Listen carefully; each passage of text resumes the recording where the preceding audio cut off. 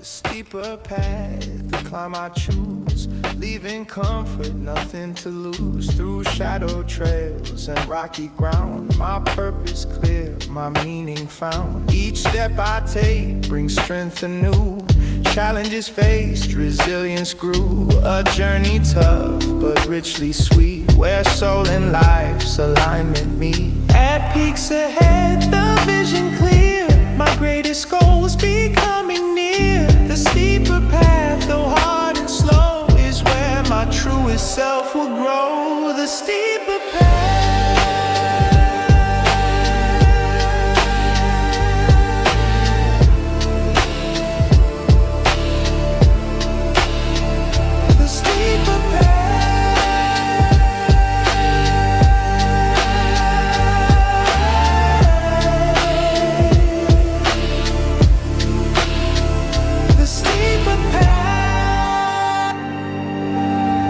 Where did you grow up? What was that like?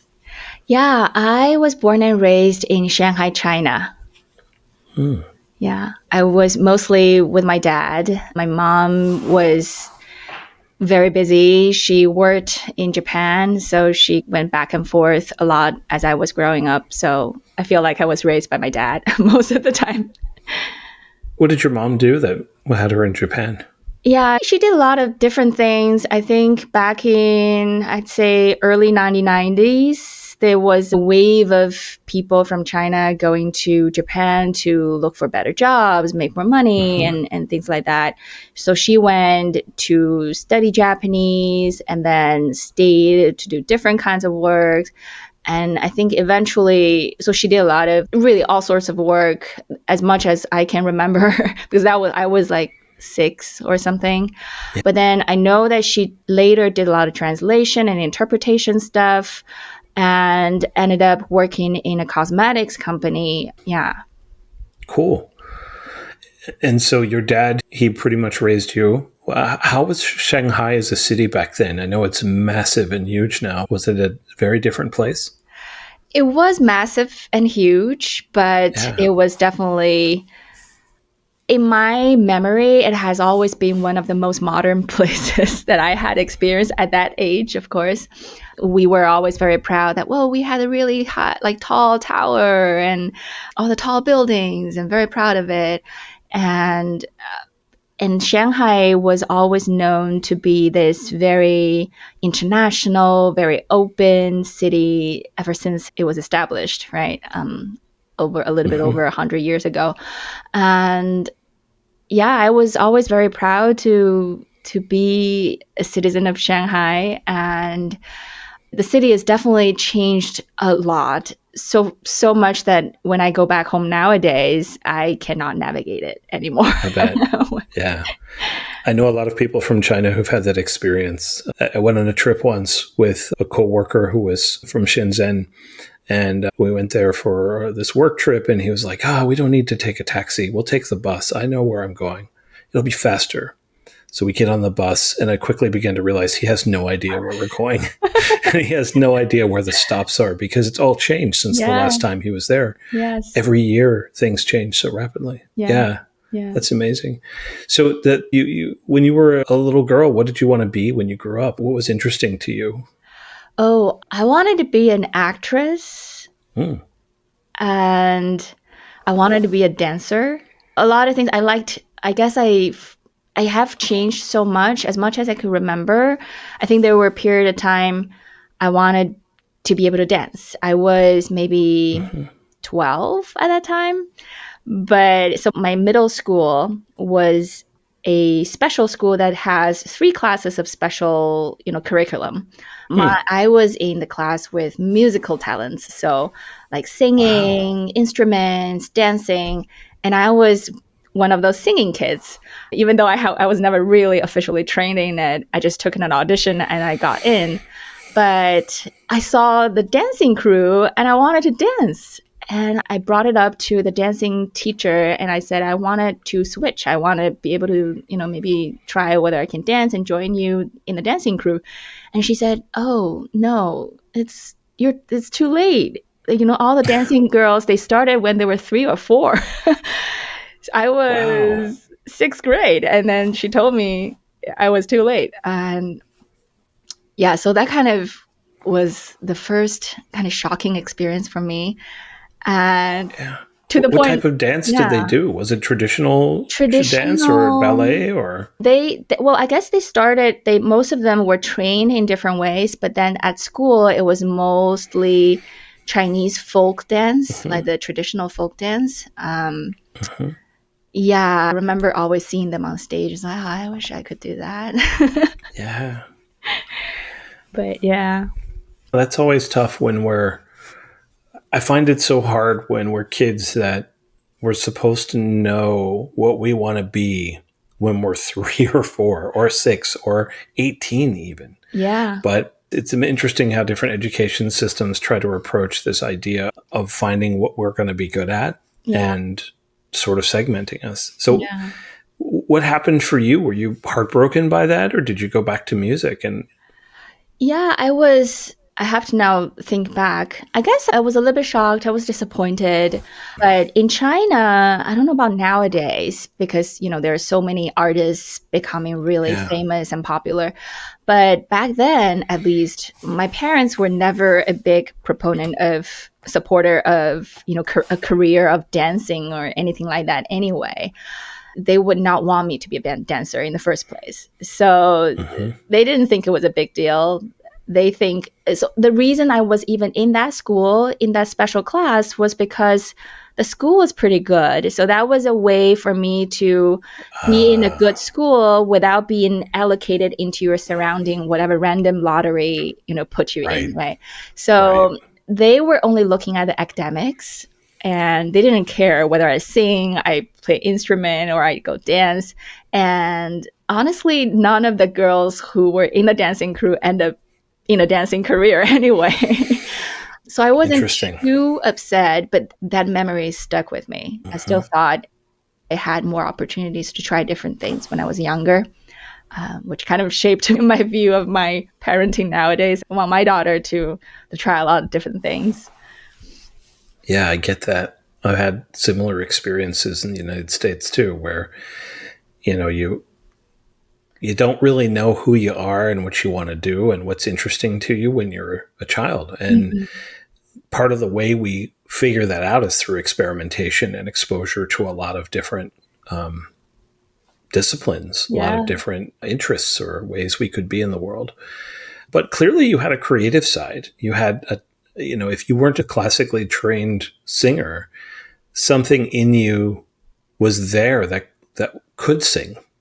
For Right. you to have been granted admission to an art school for your singing ability, you had that ability, and it was there in you. Did you continue that in any way throughout your life, or has it been a part of you? I would say I always enjoy singing. I Yeah. enjoyed singing. I would, in China, karaoke is very popular. Hmm. And I think growing up, my dad and we had a karaoke machine at home too. We would sing just popular songs or like love songs even. We would sing and record it, and we would send tapes to my mom in Japan. Hmm. So I always liked Love it. singing. And I think later on at some point in my career, there are also group performances where I got to sing on the stage. And now I don't sing on the stage, but I really enjoy singing just out loud in the car with my daughter or, at church. So, It's still a part of you. yeah, Never left. yes. Yeah. No, that's great. So you went through your school journey then in this music program, but that was the entry point. And your parents, like most parents, they want their kids to be as successful as possible and have a good life. So they gravitated towards, hey, let's just use this as the entry point into the school. Now Mhm. that you're here, do really well at academics Right. because that's going to be your path, is that you're going to achieve at a high level and then opportunities will open up for you.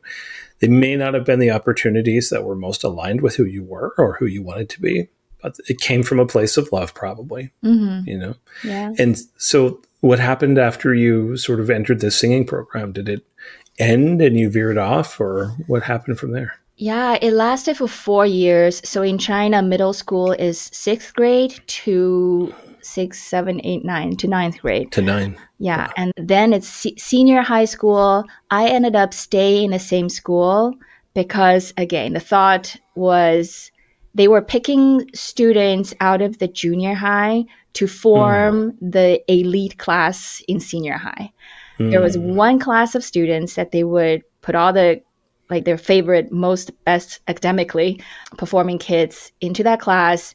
They persuade them to stay in the school so they don't have to go out, take an entrance exam to try to go to a different senior high school.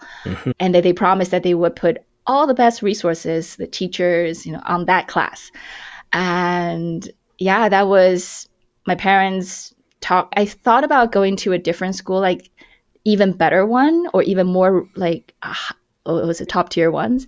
My parents talked me out of it. They think it's in China. We have this phrase called be the head of a snake than the tail of a long, of the Chinese dragon. Yeah. Which till this day, I'm still a little bit upset. I did not believe that I could get into, the best class of the best school.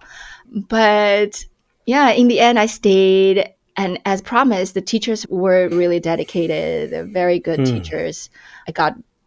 Academically, it was a good choice. And it's not like in the United States where you have sports, you have all the other extracurricular that's going to matter. At least back in my time in China, really, entrance exam is all that matters academically. I think it's still that way. Oh, yeah. It's just purely merit-based. Yeah. So I think my parents made a good choice. I ended up having really good college entrance exam scores, and I went to the college that I wanted to, my first choice. And what did you study there? I studied teaching Chinese as a foreign language. Cool. And the thought was because I really loved English as a subject in high school. I really loved Chinese. So I loved languages. And I couldn't decide. I couldn't decide which to go for. So I was like, then I'll have 50% of the curricula in Chinese and 50% of it is about English. Great, I'll go for that. Wow, how cool.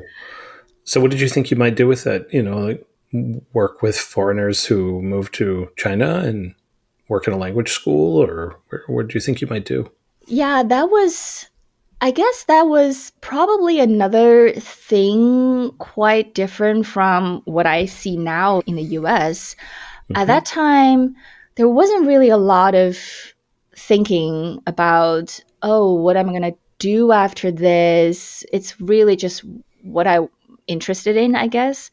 And I think my parents, in their mind, and maybe generally true, like as long as you come out of a good school, you probably can go anywhere you want in terms of finding a job and all that. So major, unless you want to be a doctor or lawyer, very specific stuff. Otherwise, in the business world, it's probably similar if you have, a degree from a good school. At least at that time. Now it might be a lot different. Sure. So this was like going to a highly recognized school that people had recognition, like in the US, an Ivy League, like Harvard or Stanford or Yale, or not even that high up. It could be just in the top schools that people know, and it just opens doors, right? Yeah, right. Yeah, it makes sense. So you studied teaching Chinese, and then did you do that ever professionally afterwards? Not afterwards, but during my college years, I was doing a lot of part-time jobs teaching mostly business people who are in China. I ended up teaching a group of Korean-speaking programmers in China, and that's how I actually got into Korean. Wow. Yeah. Korean. That I didn't hear you mention that as one of your language courses. Did you? No. Yeah. Did they speak English at all? How did you approach teaching people who were learning a language that you didn't speak? or coming from a language that you didn't speak. Yeah, they spoke some English, wasn't, perfect, was enough to communicate. And that was the reason that I picked up Korean. I was, in my mind, I thought if I could just learn their language, their pronunciation, the grammar, how things are structured, then I'll have a better idea why they make certain mistakes in learning Chinese. And I could explain things like, oh, this sound actually sounds more like this sound in your language. So that helped a lot in my teaching to those business people. And I was probably in junior year of college. And I got really into Korean. Though most of the time when I say this, people thought I was very into K-pop or K-drama.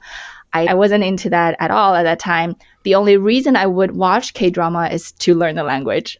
Right. And I got so into the language itself, I would, all my spare time, I would be teaching myself Korean when I was in college. And what time was this? Was the internet helpful in this for learning at the time? Yeah. Definitely. Internet was very helpful. I made and there was Skype at that time. I made some friends on Skype who's like in Korea actually, and then they speak Korean. I don't know how I stumbled upon two Korean students, not kids. I think they're like in their 20s, about similar age, but they were talking, and I don't know how I stumbled upon their conversation, and I joined them, and then one of them became my friends, and then we kept chatting with each other, and that like intensive chatting throughout a few months really, really leveled up my Korean. I would say that's probably the most important practice I had, the most, critical factor that I was able to speak Korean fluently. That's amazing. So you're a self-taught Korean speaker purely through curiosity and digging deep and finding resources, chatting with people. And you were then able to take that back to the practice of teaching Mandarin to people. Yeah. And yeah, that's super cool. So where did the interest in Korean go? Did that play a role in your life going forward? Yeah. So after college, when I was thinking about where to go, what to do next, I decided to go to Korea to continue my education. I went to Seoul National University to do a graduate degree.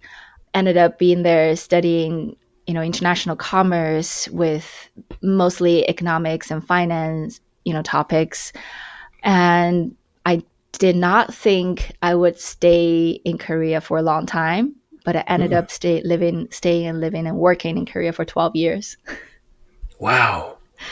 So you really became fluent. I mean, yes. To go to a university and to live there for 12 years, you really immersed yourself in this language. What was different about Korean society from Chinese society at the time, or even the cultural context? I mean, I know the history of the two nations and that there is a lot of overlap and between Chinese history and culture and Korean, but how was that modern experience of going from one big Chinese city to one big Korean city? I hate to generalize, but I feel like China, my experience, Shanghai, I was only experienced in Shanghai. The environment that I was in, or the culture, how people think, how people behave, it was, even though Confucianism, originated from China, but it stayed stronger in Korea. I think the Cultural Revolution and all that, history of China lessened the influence of that in China. Yes.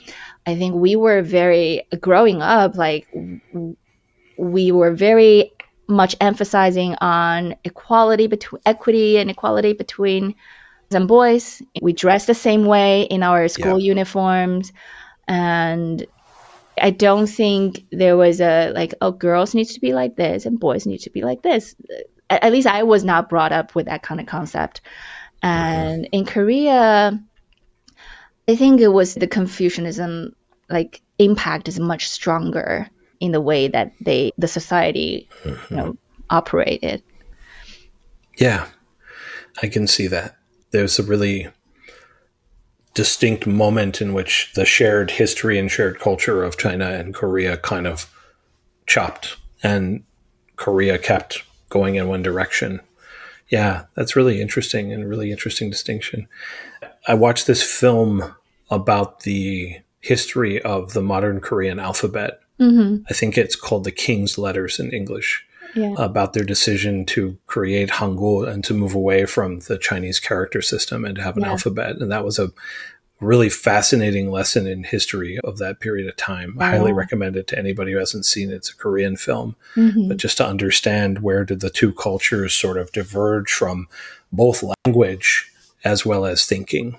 And the influence of Buddhism and Confucianism in the two cultures and how that came about. Fascinating stories. So yeah, that makes a lot of sense. And did that impact you in a real material way in how you experienced work and life in Korea? Or is it just, this is different, I've got to adjust?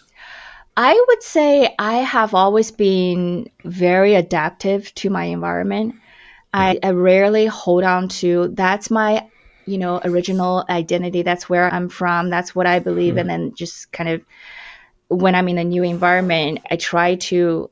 I don't. Sometimes I feel like I don't even try. I just kind of easily blends in with a new environment, and I try to find the things that I would appreciate about the new environment and where I am at and wherever I am at in life. And in Korea, the 10 years I was working there, the 12 years I was living there, I noticed such a big change in terms of how, work culture is, from the very first several years in the company. I started working in Samsung after grad school, but the first several years, you work till, there were quite a few times I was working till like maybe 12 a.m. And my team lead at that time would be leaving and then dropping by my cubicle and say, hey, by the way, I also expect this thing by 7 a.m. or something like that. I might be exaggerating a little bit. My memory might be exaggerating a little bit, but along that line. But at the end of, and at the beginning, there were a lot of like drinking culture, you kind of need to, when when somebody give you a drink, you need to take it and you need to drink it certain ways or whatever. But 5 years in, 7 years in, by the end of the time that I left Samsung, it was a very different culture. Very, there's a lot of restriction on drinking, for example. Like you're not supposed to drink as a team, like in the company. You're not supposed to go for a team outing. You cannot drink for more than 2 hours or more than one kind of drink. You're not supposed to mix drink anymore. You cannot. So they have like second round, third round, right? You go to different places. And then by that time, the rule is you cannot go more than one round, the team. Okay. So it was very interesting and a lot of structure in the workplace about work-life balance, like the schedule got a lot more flexible. Yeah, it was a great place to work at. That's really interesting because I've worked with Korean companies, including Samsung, through my work in my past career, quite a lot.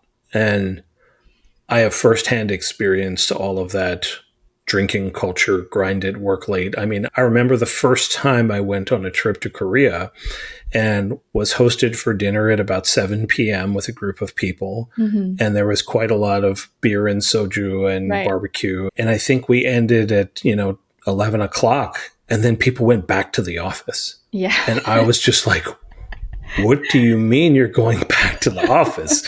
First of all, it's 11 o'clock. Second of all, you're drunk. What are you doing?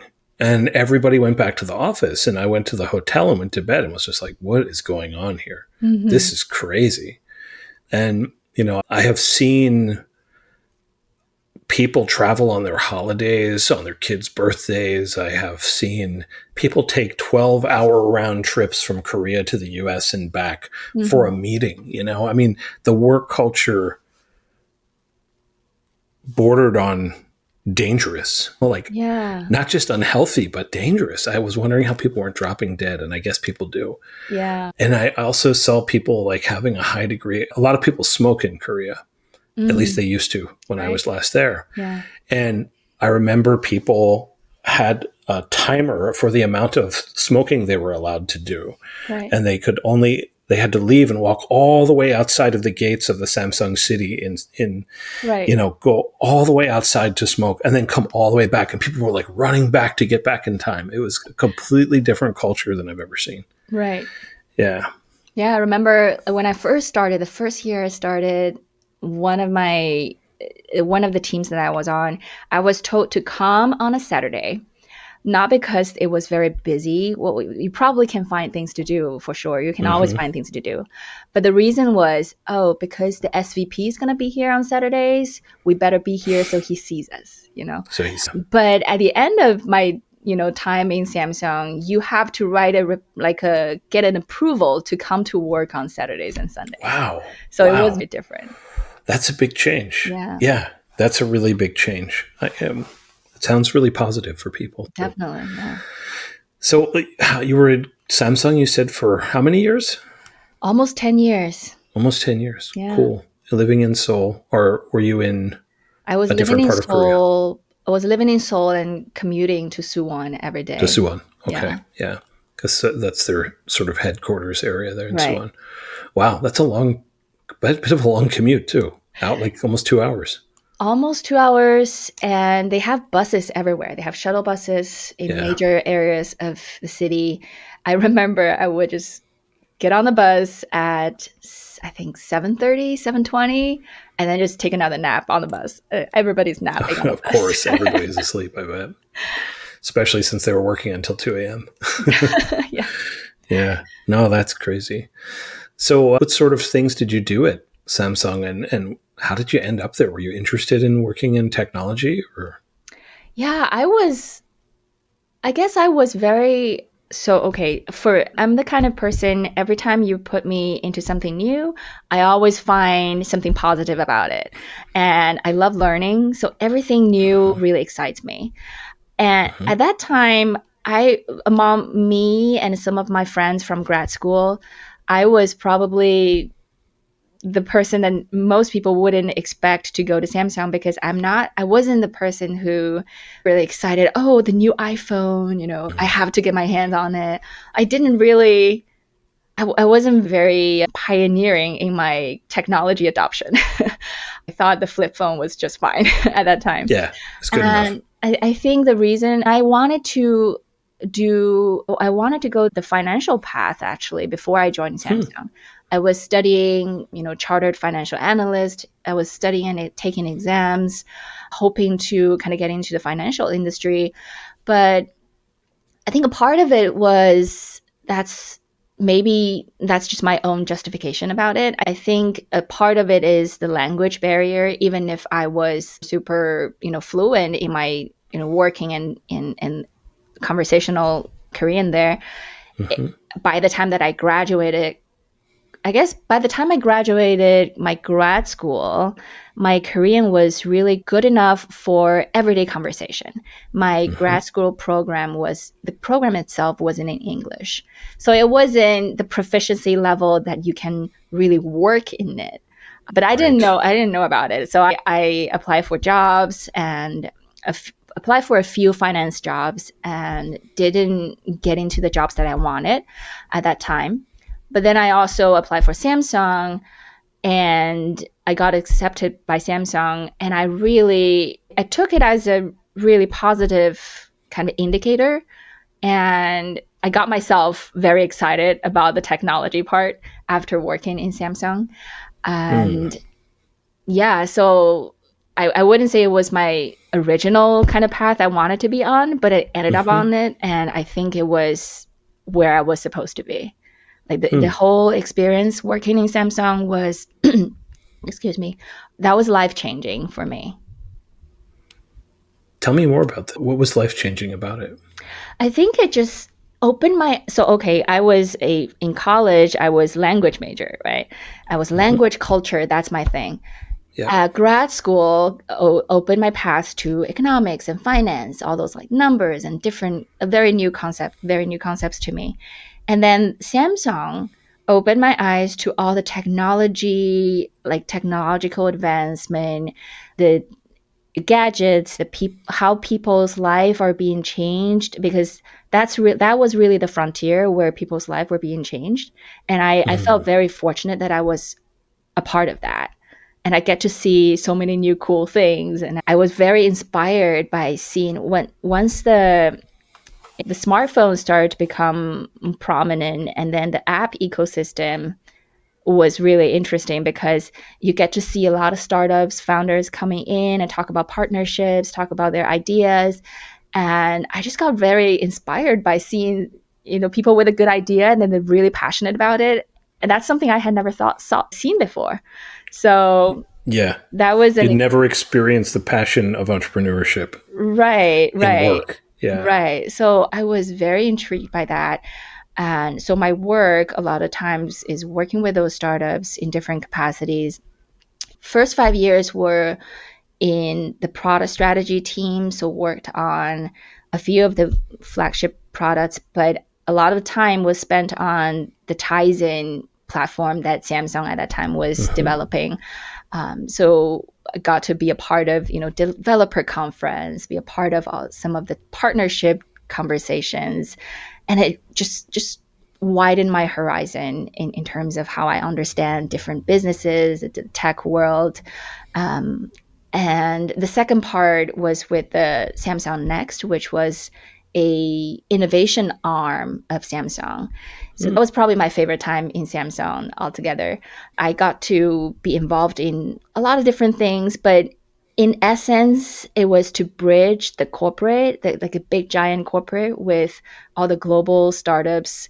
They think so differently in their culture, in the way of thinking, like hardware versus software, right? Like big versus small, and the language barrier too. So I was I'm on the team that was bridging all that. So there was accelerator program, there was venture, like corporate VC, there was M&A, and then post M&A, there was integration. So all those different functions in that team, I was able to kind of be a part of it in different ways at different stages of my 5-6 years there. So that was cool. That sounds like almost a blend of all of your experiences in your education and in who you are in one job, because it brought, your people oriented side, language and connection and communication and emotional intelligence and all of these parts of your brain with the strategic analytical side of trying to figure out how do you build a business that actually becomes a real business, and how do you work with people to nurture those relationships together between two businesses. And yeah, I can see how that was a lot of fun. It was a lot of fun. Yeah. Yeah. And I was constantly learning, VC event. So when I was studying for CFA, I was already very interested in the concept of venture capital, like private equity and all that side. And actually seeing people making the investments, how they think through things, it's very eye-opening. Even though I was not the person directly investing in them, being a part of just like learning along the side, the journey, it was really cool to me. And there was also a period of time I was basically leading, how can we help Samsung to be more innovative in their more startup, right? There were a lot of different initiatives in the company that was trying to be more startup-like. And we invited one of our MDs in our accelerators in the Bay Area to come to basically give talks and train, and then give like advice to all the different internal initiatives, as well as the ecosystem partners in Korea, to basically teach them, how do you structure a startup? What do you need to think about in terms of your shares, and how to talk about venture cap VCs, and how do you do even from the basic stuff like A/B testing, like how do you validate your product market fit? So all Right. those things where entrepreneurs, start, I was like learning and taking notes, even though I was not the entrepreneur there. But I was just fascinated by how different things are done. Yeah, I'm sure, especially because Samsung is such a massive corporation. It does so many different things, from running apartments in Korea to credit cards to cars to shipping to building electronics and television things. Most people, I think, in the Western world know of Samsung as the people who make phones or televisions, but they make everything in Korea. Right. Everything. It's ubiquitous. It's part of this, model we don't have in the States really in any form of the chaebol, the like really big mega conglomerates, And so I think for people to see that, to really appreciate what you're saying, you have to understand that this Samsung runs, and many Korean companies run, from a militaristic management model.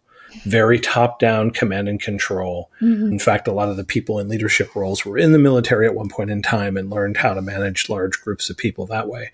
And so it's all very top-down, and you're now experiencing bottoms-up. You're experiencing like small groups of people doing really big things in ways that the big company is struggling to do. And those two worlds are kind of colliding, and you're in the middle of bridging that. Yeah. I can only imagine some of the cultural challenges that came about being on the other side of that. Yeah, yeah. And I think the best experience I had from, working in that group is really the leadership. I was very fortunate to work under our president at the time. He's just the best mentor, best leader in my book. We still keep in touch. We still, he's still giving me advice all the time. That's wonderful. It sounds like just a great experience. So it sounds, by the way you spoke about it, that chapter ended, and Korea ended as a chapter from, if I read into it a little bit, what happened after Samsung? Oh, it's a little bit funny because I didn't intend it to end. I thought I would be one of those people who were just going to work in Samsung forever until I retire, as my mom asked me to, recommended me to. I was living comfortably. But then as I, work with different startups, our program in San Francisco, we had an EIR program there. And Entrepreneur in Residence. Entrepreneur in Residence. And on my business trip there, I met one of the entrepreneurs, and I don't know, like one thing led to another. He became my boyfriend. He became my fiance. And we did a long distance relationship for a year and a half. And we decided to, get engaged and get married. So I quit my job in Samsung and moved to the Bay Area I was one of those 90-day fiancés. Got there and got married right before COVID. Wow. Talk about timing. Yeah. So that you had already been spending a lot of time in the United States through your work.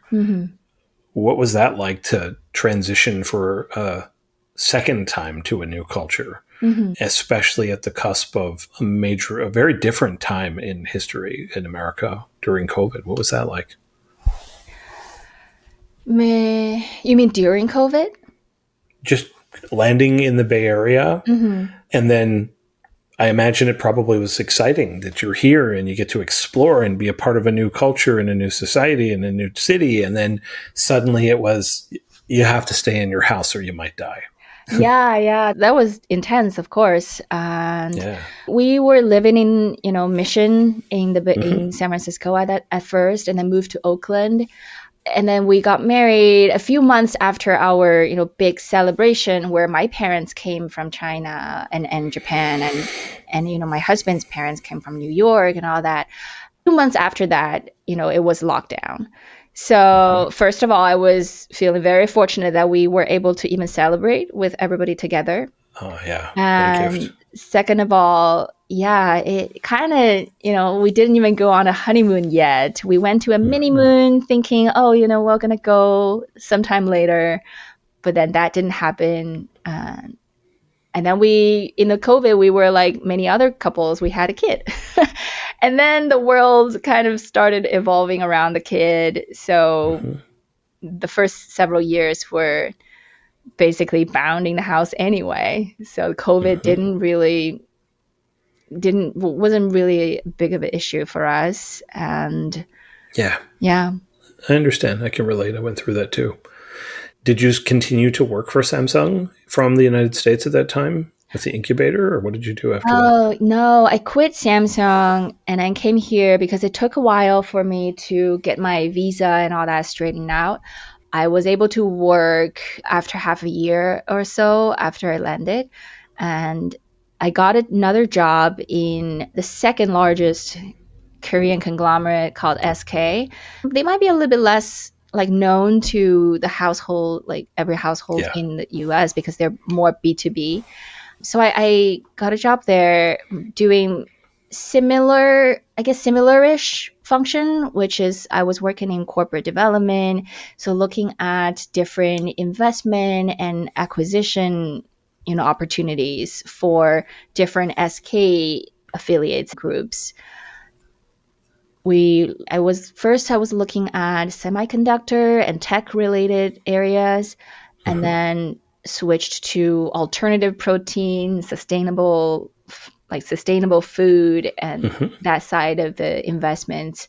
It was also a very interesting experience. The only thing is it was mostly during COVID, so I didn't really get to interact with a lot of people in the office directly. But yeah, so I did that for a year, went on maternity leave, came back, and then joined the team in SK. Very cool. So you went down that path with SK for how long? About 1 year in the corp dev, and over 2 years, 2.5 years. Yeah. Makes sense. Seems like the path that felt natural at the time. So what happened next after that? Where did you, because I know there was a turn that came because, you and I obviously stay in touch, and I know that you're doing something radically different now. Yeah. What happened from there?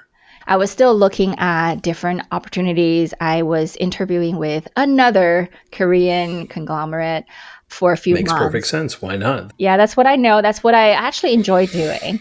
And we were at the very last, stage of negotiating the offer. And we know that my husband's mom got diagnosed with dementia, and they are on the East Coast. So even though I thought it could be a good opportunity to work for this other company, we decided we wanted to move. We wanted to move back to the East Coast to be with family. So I tried to negotiate a remote position, but that was not what they were looking for. So I felt like I had to choose family over a job. I get it. So we moved. Like in the middle of last year, we moved across the country to the East Coast. And at that time, during that time, I guess, I did a lot of soul searching and thinking what I really want to do. I've seen so many layoffs from different companies, my previous coworkers, and I don't know. There's a voice in me telling me that I don't want to go back to a corporate and kind of feel like my destiny is up to, the company's situation. The whims of situations. Yes, the whims of situations, exactly. So I thought I want to do something that's going to grow with me. I want to build something that's going to grow with me, that I have the autonomy to say, I want to keep building it, or I don't want to do it anymore. I wanted this direction. I wanted that direction. So I was looking into different ways to kind of build something for my own. And after we came to the East Coast, I was talking with a lot of people, and one of my friends, who was actually one of the girls in the dancing crew in my middle school. Wow. Moved to the States many years ago, and we kept in touch, and she's still my best friend. She was one of the bridesmaids at my wedding. And we started chatting, and then this opportunity just came up because she and her husband have been in the business, in financial services for a long time. And I was telling them about, my experience, what I was into. Oh, I was really into finance before, and then this happened. And they basically offered to say, hey, why don't you take a look at, this opportunity that at our company, we do this and this, we help people this way. And they actually helped us looking at our own finances and then, kind of point out a lot of different things that we as a family were not didn't even see, a lot of blind spots in our planning. So yeah, I felt like in a way, like serendipity, like I stumbled upon, like this door was just magically open for me. And I felt like everything kind of lined up because, my initial interest in the finance, all my previous studies, all the background in it, my experience in corporate, my own realization of how many of these things that I actually missed and was not really thinking. And thank God that I now know, and then I could put those things in place before it's even much later. And I just see the value of the work that they do. And that's only on, the personal side. So as I dig deeper into it and learning and meeting the people in their teams and they work with, I just really enjoyed it. This sense I was like, okay, this is the path. I think this is the path I'm supposed to be on. Wow. So I joined them, and it's been almost a year now. That's super cool. So you basically kind of work for yourself because you were building your own financial planning practice, but it's just you have the support of a community of others who are inside of the same network or umbrella, as I understand it. Or is that how you describe it? I would say, well, it is a company, right? It's a company. The company it's established financial service firm. It's been around for over 70 years. And if I think about 48,000 clients and maybe like about 6 billion, assets administered. So it's not a very small kind of, several people kind of team. They're established and they have offices, across the northeastern region of US and do business like across the nation.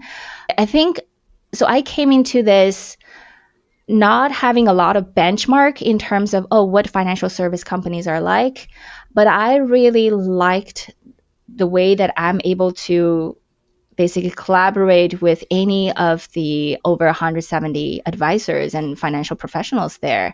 I know that even though I have some background, in this industry, in the financial topics, but I'm still learning, right? And then it's really the collaboration, the support, and that I can work with experienced advisors with specialty in any topics that you can name. It gives me a lot of confidence to go out and serve my clients, because I know even if I don't have the answer right now, I'll be able to find the best answers and I find the experts to work with for them. So that's something I really like about working with that company. That's cool. Yeah.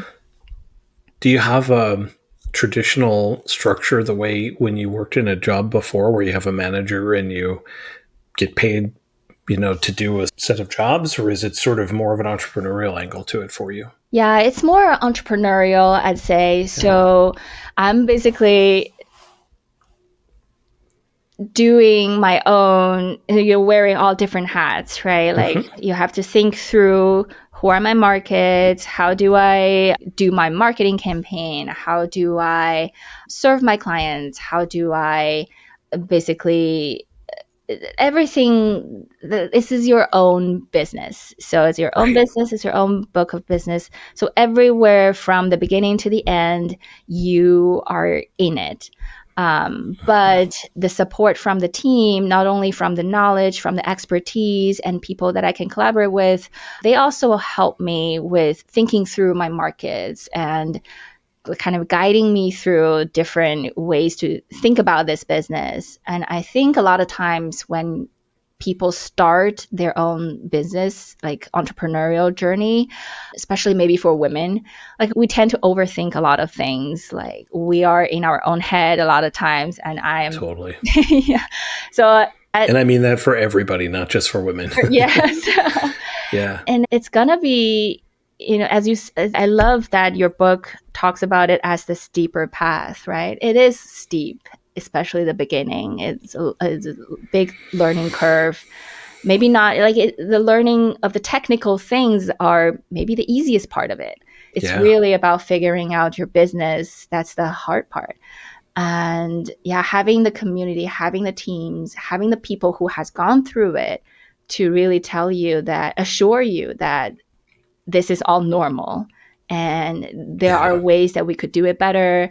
But you can try out different things and eventually figure out what works the best for you. All those like coaching and support is really important. Yeah, no, it sounds like the best of both worlds in a lot of ways. To make a transition from one chapter of your career to another at mid-career, which can be really daunting. And a lot of people fail because they just don't have that level of scaffolding to be able to make that leap from working in one field and achieving mastery in it for a long time.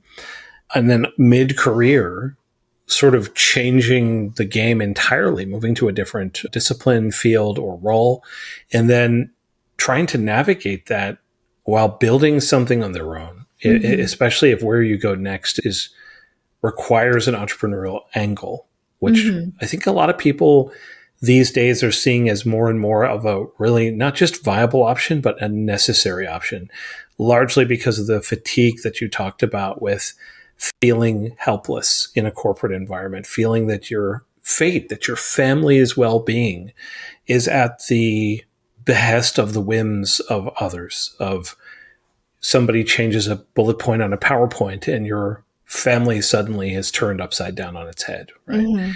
And so I think there's many people who want that ability to transition to something where they feel like they are more in control of their destiny. And even though none of us are truly ever in control of our destinies by any means, but it feels better to feel like when something succeeds or fails, it's off of your back.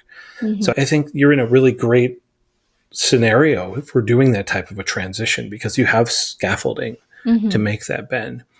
I'd love to talk a little bit more about this because one of the things that I wrote about in my book that you just brought up, so I want to bring it up, is my book has two halves to it. The first half of the book is framing up the problem that people like you and I have experienced with trying to figure out our path. Who are we? What are we meant to do? How do we get there? Right? What is the path we should choose to figure out who we are going to be when we grow up? And there are a lot of things that play into that sort of decision, who you are, your talents, your abilities, your interests, your family background, where you grow up, your socioeconomic status. There's a lot of things that are going to influence that journey. But oftentimes, I believe not everybody gets the chance to follow the one that is the right path for them. And, I don't know. We don't know how your path or my path is going to turn out, but I can speak for myself. I felt like my path took me on a detour away from what I should have been doing for a long time. And I'm not blaming anyone for that. It's just the reality of how it unfolded. And maybe you may feel the same one day. You're starting one day as a singer, moving into being in finance is very different worlds. Now, that doesn't mean you cannot be all of those people in one person. But some people do feel very dissatisfied that they left where they were to where they went. So that's the first part of the book as we talk about why does this happen to us? How do we get here? And then what holds us back from addressing or confronting that? The second half of the book is about the roadmap to getting from where we are to where we want to be. And this is really important, especially at midlife. If this happens to you, where you wake up one day and say, you know what, for whatever reason, maybe it's because it got forced on me. I got laid off and I don't feel like the market is good and I've got to do something to reinvent myself. Maybe it's out of a genuine desire or interest to pursue something new. Maybe it's about an unmet purpose that you felt like you needed to step into to fulfill. Whatever the reason is, transitions are hard. They're complicated and they're risky. And so when people have worked with me as a coach who find themselves in this place, and when I made this transition, I'm sure when you did too, the first thing you're confronted with after you realize I want to make a change is, well, how am I going to do this? Right? How do I actually logistically pull this off? And people have asked me, how did you do this, Len? Like, how did you go from a tech career to being a coach? Like that sounds like a pretty big difference in everything. And I say, yeah, it was massive. It was a huge thing.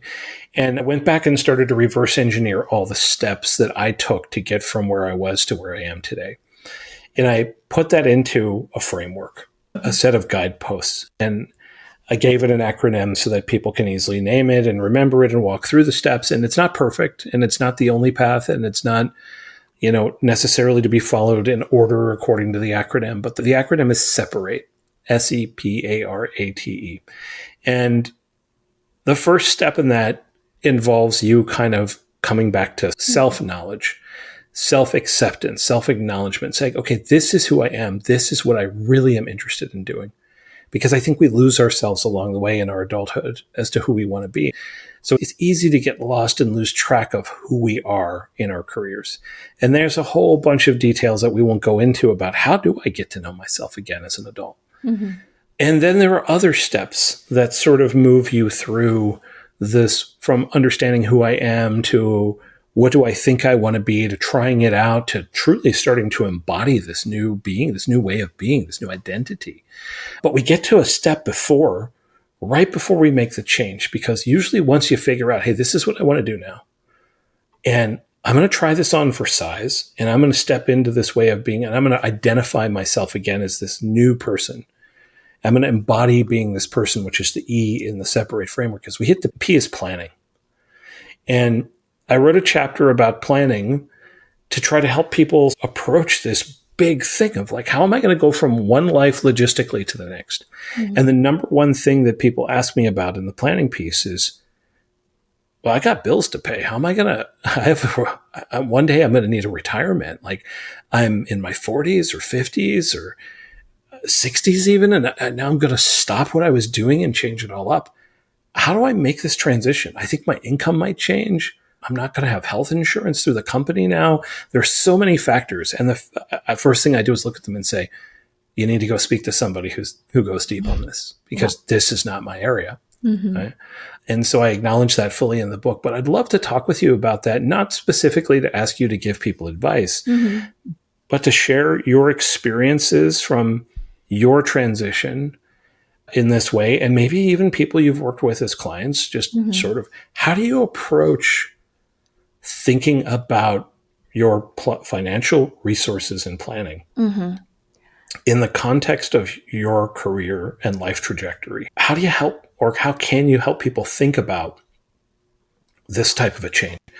Because I know when I've worked with financial planners, the first thing you do is sit down and you get a snapshot of, okay, where are we at today? Yeah. And then you talk about goals and what do you want to be in the future? Right. And I think a lot of people do those plans at one point in time in their life, and then they never update them again. And so the plan changes underneath your feet. How do you think through and deal with all this stuff? Yeah. First of all, I want to just point out from my own experience, from what I have witnessed, like when we were in a corporate life, getting incomes that's, more or less comfortable, right? We don't, a lot of times we don't think about planning. We have more income than inflow than outflow, maybe even put many of them, we max out our retirement and put the remaining maybe in the market and invest, and we just feel good about it. I think what I have learned from my own transition. And even when like in my case, there was, the job was like eliminated. It doesn't mean like you didn't really have a lot of times to prepare for it. But for a lot of people, if you have time, you think you might want to change a job or go do something else, or you're not sure, even though you might not think that your job might be not as secure as you think it is, but you never know, right? It can happen nowadays. So nowadays, I would always urge people to plan ahead.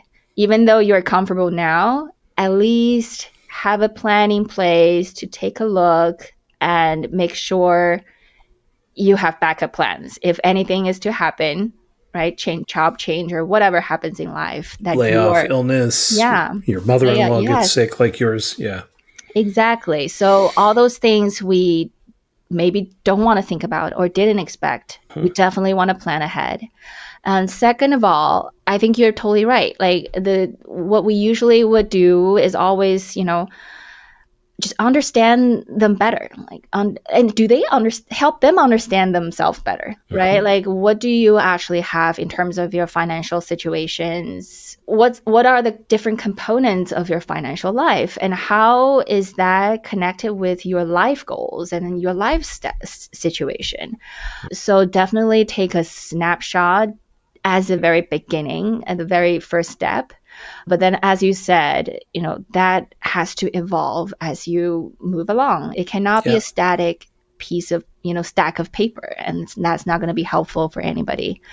So for people who are, there might be a transition coming up, I would say definitely have somebody just help you think through. And it's not, yes, maybe you can maybe can do it yourself if, really look into your bank account, looking at all those different things and take stock of what you have and think through your, how you're spending, what's your future expense might be, health insurance and all that.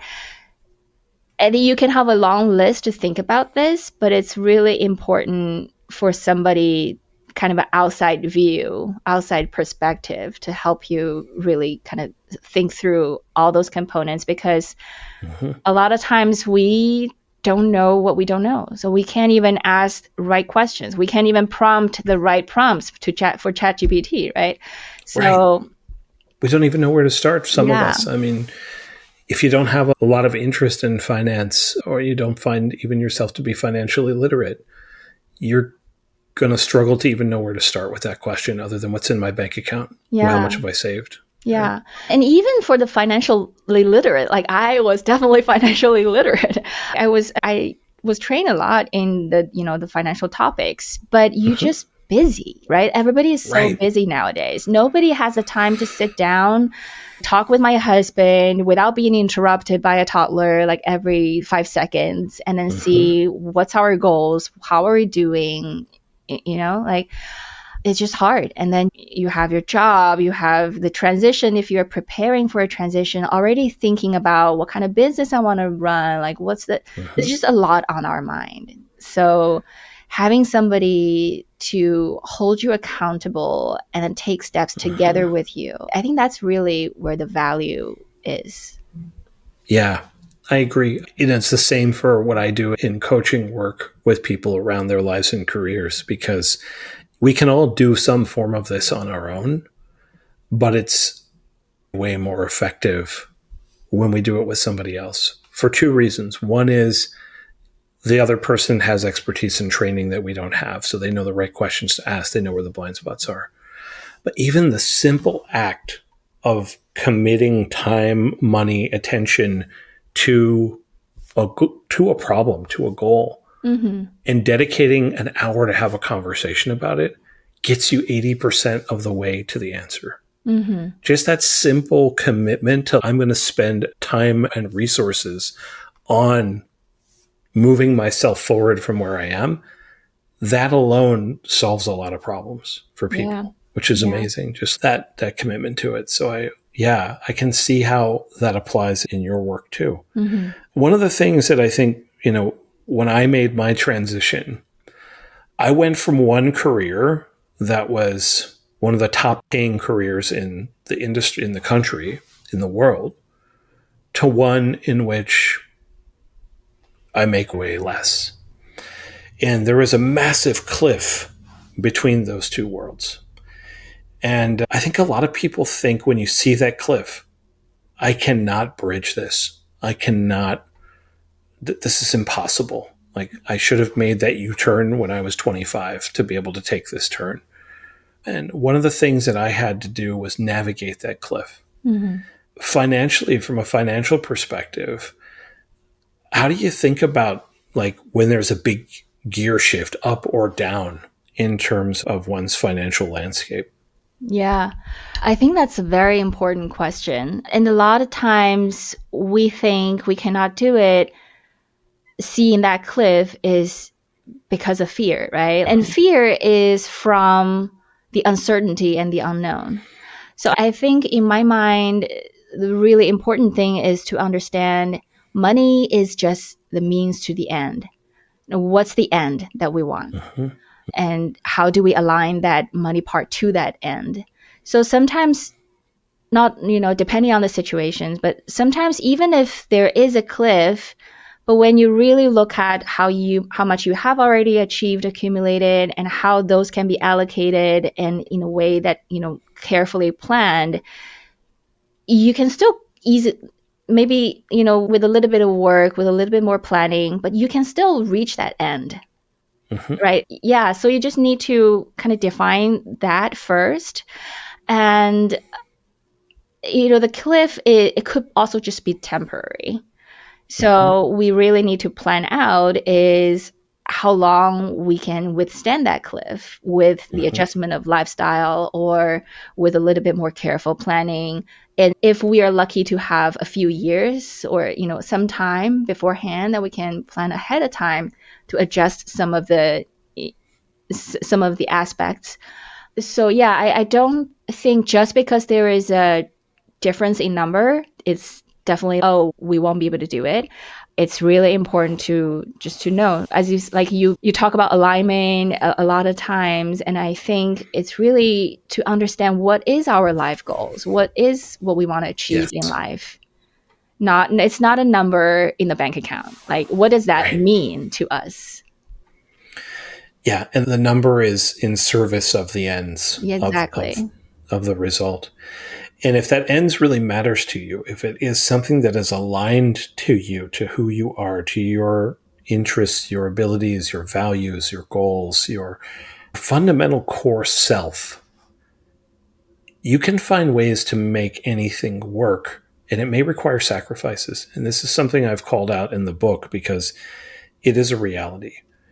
We cannot defy physics and sort of bend the time-space continuum and always have the life we had before in the exact same quality of everything in the same location in the same whatever in a new life as we transition. And so, if you're making $700,000 a year and living in downtown San Francisco in a $2 million house and sending your kid to a $30,000 a year private school, and you suddenly make $150,000, that cliff is going to be just too big to sustain for most people's savings, for most people's plans. So one of the things I encourage people to do is be prepared to change things about your life if this is important to you to get to where you want to go. Yeah. Don't be afraid to address, your monthly burn rate. And if the monthly burn rate is impossible to make work, you don't have to give up the dream, but you may have to give up some things about your current life. Right. Yeah. And I've also seen people who, embark on a different career or their own business and do very well, in a shorter period of time. So it's not like just because you step out of this high paid job, you necessarily is going to suffer. And I think the point of our job is really to help people think through that, plan through that, and make sure that your goals can be achieved eventually, but also at the bare minimum, your family is still protected. Your family is, and your family is still the baseline. Like you're not going to end up, homeless and all that, right? I think there is some life goals, financial goals, your responsibility to your families, all those things need to be considered together and planned in the same picture. Agreed. It's all part of the same work. It's Right. not. I think a lot of people think that financial planning is purely a dollars and cents numbers game, but it can be for some people, Right. but it can also be the enabler towards your biggest and greatest goals in Right. your life. Right. Right. Yeah. So you've got to take all that into consideration. If I were, and I'm sure there are people who listen to the podcast who are feeling this right now. If I were in the situation of saying, you know what, I'm out of alignment. Mm-hmm. I can't continue doing what I'm doing too much longer. I'm ready for a change. Mm-hmm. What would you suggest to people to think about to possibly start, sequencing or planning for now to be able to navigate or approach such a change so it doesn't become so overwhelming? Because, like I said, there's two things that stop people I work with from actually jumping out of the life that they're in into the one they want to be in. Mm-hmm. The first one, as you've already called out, is right up here. It's the head game. Mm-hmm. It's the self-doubt. It's the narratives. It's the self-sabotaging beliefs. It's the inner critic. It's all the uncertainty and fear and all the stories we tell ourselves and that others have told us about who we are and what will happen to us. That in itself is a big piece of work. We can talk about that in another show. For the people who have said, I can get through that, I can work through it, they next hit the next wall, which is, well, God, can I actually do this? Can I afford to do this? Is it irresponsible to do this? What's my mom going to say? What's my husband going to say? My wife going to say? There's all these other practical and tactical things that if you can get past it, usually I get my clients to talk to somebody like you as soon as they can. Mm-hmm. And when they get their numbers and see the picture, I had a client this year who was like convinced that there was just no way she could do the things she wanted to do. And after her first call with a financial planner, she walked away going, oh my God, I could actually retire this year if I wanted to. I didn't even realize that this was possible. Mm-hmm. I'm like, great. So what's your excuse now? Yeah. Right? Yeah. So what would you recommend to people if they were thinking about preparing for this? Any tips, tricks, steps? And again, because this is financial advice, it's heavily regulated. I don't expect you to give anybody specific advice, and nor should you. But, how do you think about approaching it? Yeah, I think everybody's situation is very different. I think like you said, your client, after taking a look at the numbers, she probably already accumulated a lot and it's enough if invested and taken care of like carefully that she could even retire, as you said. And there are people who might be less fortunate than that. So I think everybody's very different. I would just say, at least if you want to do it yourself, at least take a look at your cash flow, right? Take inventory of whatever you have already, and then just in and out. What's coming in? What's going out? Yeah. Consider your spouse, your partner, your household, how many kids you have, right? Like all those things. Think through that, and then I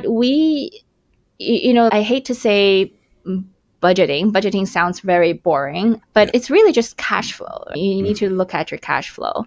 And if you are to exit the corporate, I think another big piece is, the benefits, like a household with another partner, at least, making a steady job, like have a steady job, have benefit coverage is very different from if you are just by yourself or single parent, or both of you are kind of, you were the person who the whole household was relying on for benefit.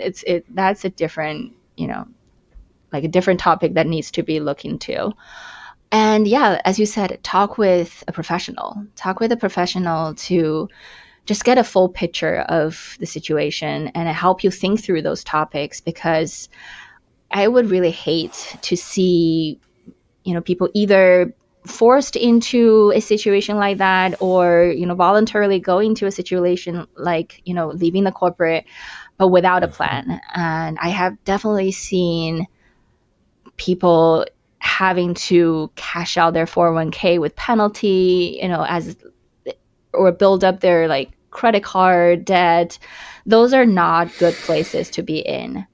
So, and then, like with those situations, there are different options that you could start your new business adventure. There are different options that you can use to get line of credit and all that. But the benefit, the line of credit and all that is easier to figure out when you have a steady income. So that's another thing that you probably need to look into before you actually leave the job. There are things that you would require you have a pay stub to prove, right? Yeah. So all those things need to be put in place before you actually leave. And yeah, definitely talk to a professional, talk to a few professionals if you want. Yeah. That's definitely helpful. I love that. Yeah. So the message is plan, and plan with somebody who knows what to plan for. Yeah. And prepare before you make the leap. Sometimes you're forced into it because you wake up one day and you get an email saying your job doesn't exist, and you decide this is the moment I'm going to do it. Some days you think you can't do it because you have too many unanswered questions. So start planning now. Start thinking. I like that you mentioned the idea of starting to think about things you need to do while you still have a job. Mm-hmm. That will help you prepare. So for instance, if you're going to move to, say, one of the things you decide is I need to change my burn rate. I'm going to move to a lower cost area. It's a lot easier to get a new apartment or a new house to buy a mortgage while you have a steady paycheck, because mortgages require proof of income for a period of time. So start thinking about that move before you quit your job. Exactly. Yeah. Right. Yeah. Thinking about healthcare, right? Definitely healthcare. And even if you just want to try out like a new lifestyle, say, can I, like, moving to a different part of the country might be a little bit more drastic, but can I actually go out less, weekly basis? Can we actually just make small adjustments that I know that we're going to have to make? Can I actually go through that? Would I feel comfortable doing that? All those things experimented while you still have the luxury of changing your mind, right? So I think those are really important things to start planning about. That's great. I have two more questions for you. Mm-hmm. The first one is, what do you advise people who are trying to find the right planner for them about how to approach the process and sort of what to take into consideration? I know that in my past experiences trying to navigate it, I found it kind of challenging sometimes because there are different models for working with planners, and there are different types of planners out there who do different types of work for different stages of life. There are different styles and ways people work. So just curious, when you're working with a new client, how do you help them think about making the choice of who's right for them? Yeah, I would like to, help people see where the value is and then just see whether we're a good fit, right? I think a lot of times, if you're only talking about products or talking about strategies and all that, honestly, it's not rocket science. Most of it is not rocket science. So it's really about whether you can connect with that person, whether that person can empathize with your situation, and whether there is like a backing of a team, for all the different topics that will be relevant to you, right? I know there are a lot of companies out there, a lot of advisors out there, many, many good ones. And then many of them have their specialty, just like you said, like maybe they work with pre-retirees, or maybe they work with certain type of, clients. The reason that as I mentioned earlier, like I like working in this company, National Financial Network, is really, I feel like I'm very supported by all the people with knowledge and expertise in different topics. Even for my own family, right? We have young kid, we have business, we have aging parents, we have like different components in our life that will be related to all different life stage and all different topics. So it's really important to see whether this advisor or this team advisor might have, expertise that you're looking for that's relevant to you. And another thing is, you mentioned different models of fees and all that. There are different models of fees, and I think in the industry there are a lot of different opinions about which one is better. But the reason I also like the company that I am with is, you have the flexibility to meet the clients where they are. We could do, just a fee-based planning for people, looking for that, or we could do just like asset under management type of, fee model. So it really very flexible depending on where the client's needs are. And I wouldn't want to say which one is necessarily better. It really depends on the situation. And I think that the really important thing is you are able to access the advice regularly. As you said, the plan should not be static. You should be, updating it and reviewing it, and make sure that your incentives are aligned. I think that's it. And they just talk to a few and then see which one clicks better with you. Makes a lot of sense. Yeah, one of the things that I believe about what I do as a coach, and I think it applies to just about almost every service provider, is that people don't buy coaching, they buy people. They buy the person. They buy the belief that this person can be the one to help them get from where they are to where they want to go. And I think that applies to doctors. I think that applies to what you do. I think that applies to lawyers. You are not just buying a person's time or service. You're buying the belief that they can get you to where you want to go, that they get you, that they're like you, that they understand you, that they show a willingness to see your situation and your needs without judgment, with compassion, with care, with intentionality.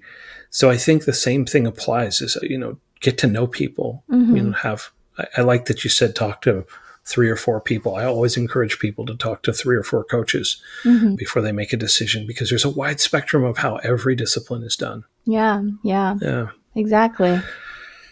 So the last question I have for you is, do you have any suggestions or ideas for resources, any tools that you could point people to, including your own, that, would help them get more specific about this and to sort of go a little bit deeper into the world of approaching planning around a career change?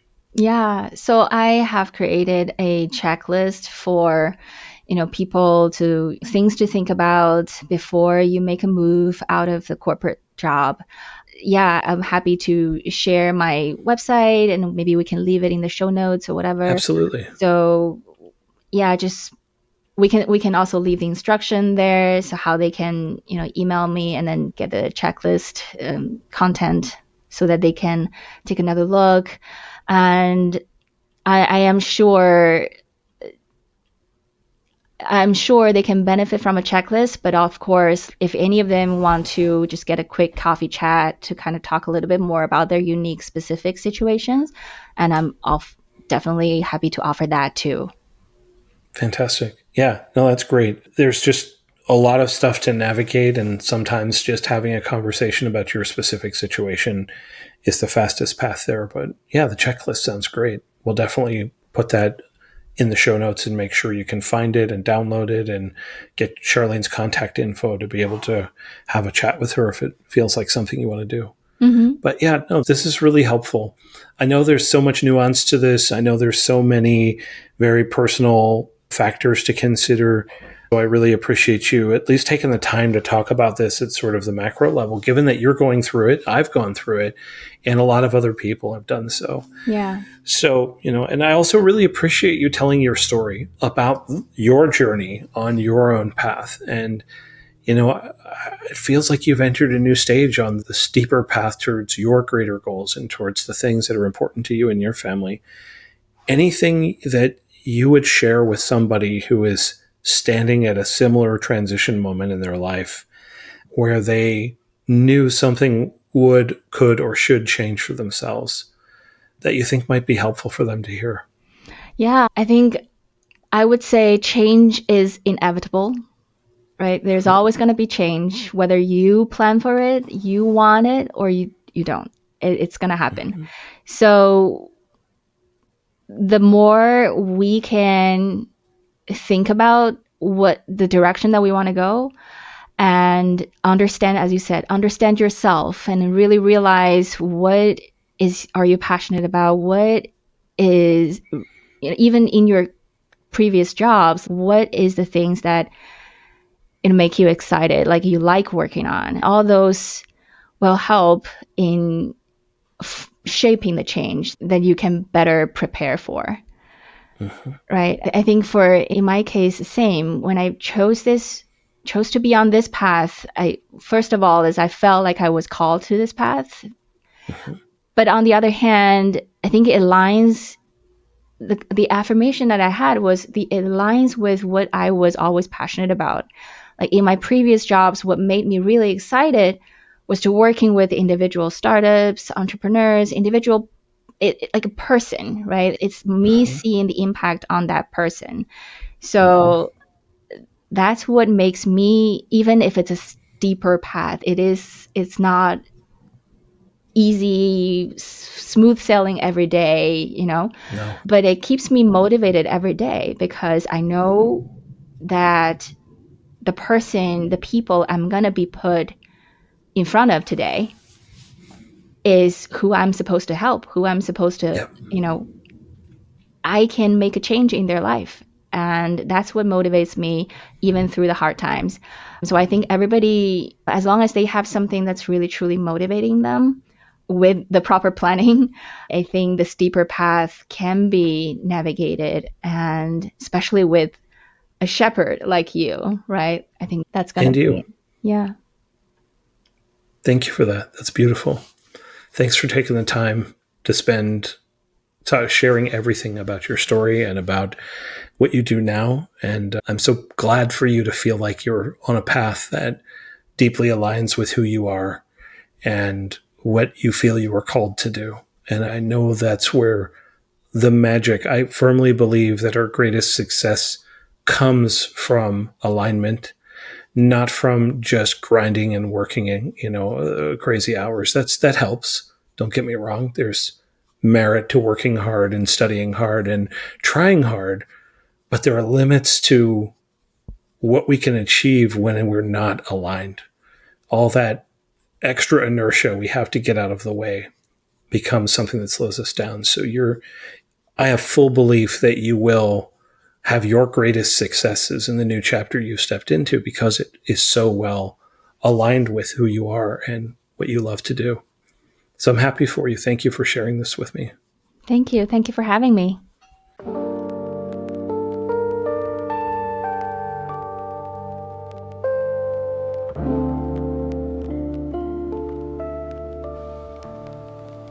The steeper path, the climb I choose, leaving comfort, nothing to lose. Through shadow trails and rocky ground, my purpose clear, my meaning found. Each step I take brings strength anew.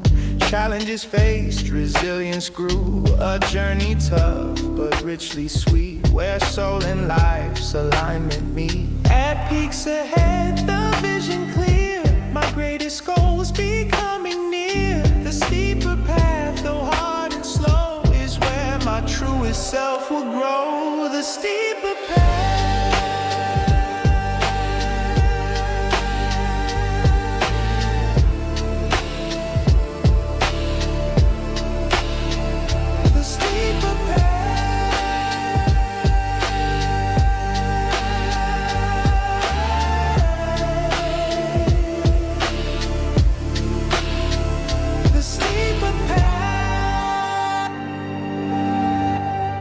This material contains the current opinions of the presenter, but not necessarily those of Guardian or its subsidiaries, and such opinions are subject to change without notice.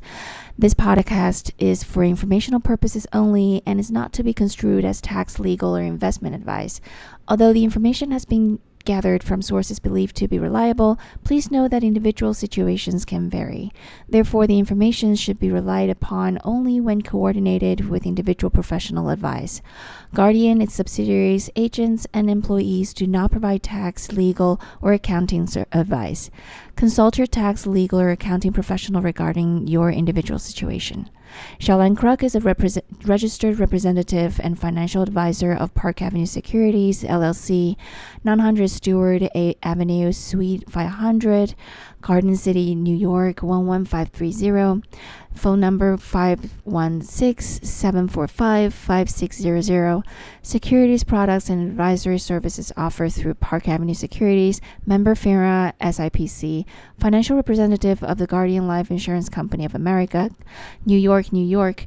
Park Avenue Securities is a wholly owned subsidiary of Guardian. National Financial Network is not an affiliate or subsidiary of Park Avenue Securities or Guardian.